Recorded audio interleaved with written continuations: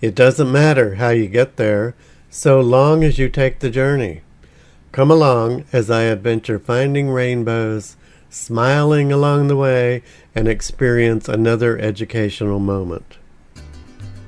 Naples is one of the oldest continuously inhabited cities in the world, with a history that dates back to ancient times.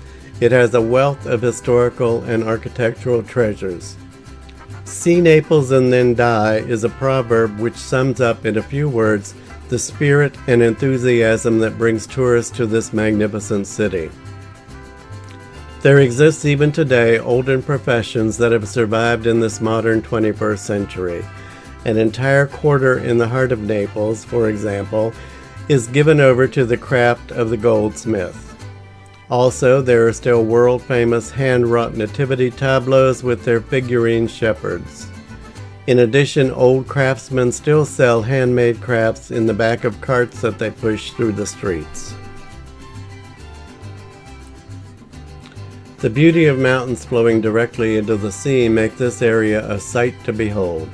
Several miles of walkway line the waterfront.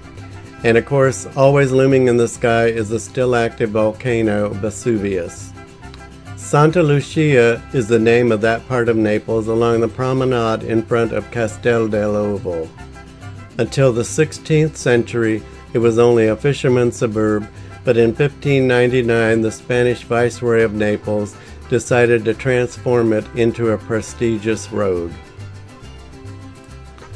Castel dell'Ovo is a historic fortress located in the Gulf of Naples. The castle is situated on the tufa rock of the peninsula, jutting out into the Tyrrhenian Sea. It offers panoramic views of the Gulf of Naples and the city.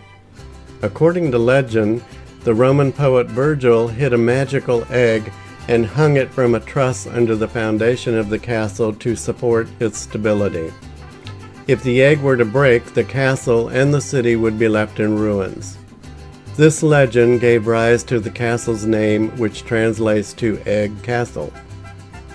In 476 AD, the barbarian king imprisoned there the last emperor, Romulus Augustus, ratifying the definitive fall of the Western Roman Empire.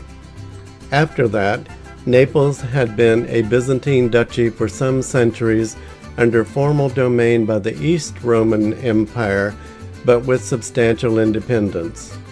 In 1140, the Normans occupied Naples and chose the blockhouse on the Saviour's Inlet as their fortress and then royal palace after receiving from the Pope the right to reign over Naples and southern Italy as a kingdom.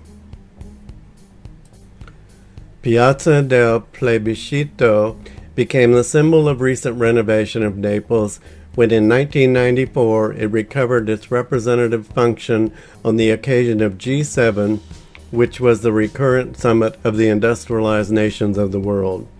The piazza is one of the largest in Naples and serves as a central gathering place. It is bordered by the Royal Palace of Naples, the Basilica of San Francesco di Paola, and the Palazzo Salerno. An equestrian statue of Charles III stands at the center of the square. Naples now has a thriving cruise ship industry, and unlike many of Italy's major cities, it also has large modern skyscrapers. The National Archaeological Museum contains one of Europe's most valuable archaeological collections. Particularly notable are the select Farnese acquisitions and the mosaics and sculptures excavated from Pompeii and Herculaneum. The building dates from the 16th century and was turned into a museum 2 centuries later by Charles Ferdinand IV of Bourbon. This gigantic but wearied Farnese Hercules is a statue of remarkable boldness that was discovered in one of Rome's baths and is a copy of the original from 4th century BC's Greek sculpture for Alexander the Great. Here we see a colossal statue standing nearly 20 feet tall, along with a colossal, similarly gigantic female.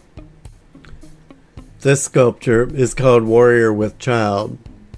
and one of the most frequently reproduced sculptures is this group of the Farnese bull. The marble group depicts the punishment of Dirce, a figure from Greek mythology. According to the myth, Dirce was queen who mistreated her niece Antiope, and in retaliation, her sons Amphion and Zethus tied Dirce to the horns of a wild bull. Now we see a statue of the goddess Athena and several excavations from the ruins of Pompeii.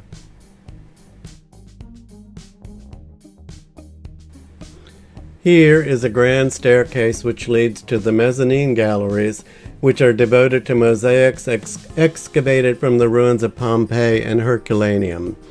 They include scenes of cockfights, dragon tail, satyrs, and Alexander fighting the Persians.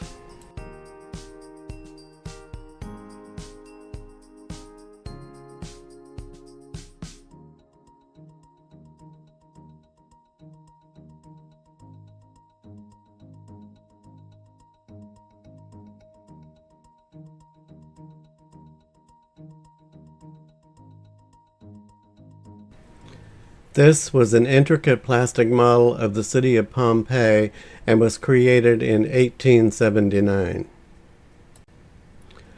A huge statue of the god Atlantis holding up the world, and along the floor there was a marble piece covered in glass which included all of the astrological signs.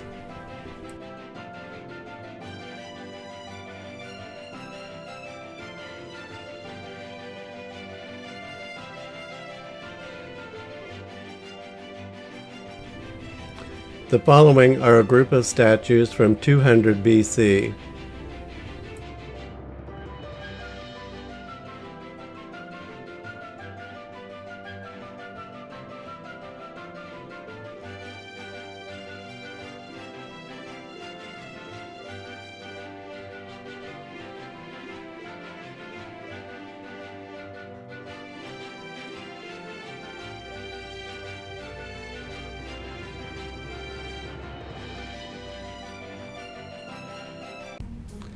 In a special room where young people were prohibited, there was a huge collection of erotic statues emphasizing how the early Romans used the large phallus to represent their wealth.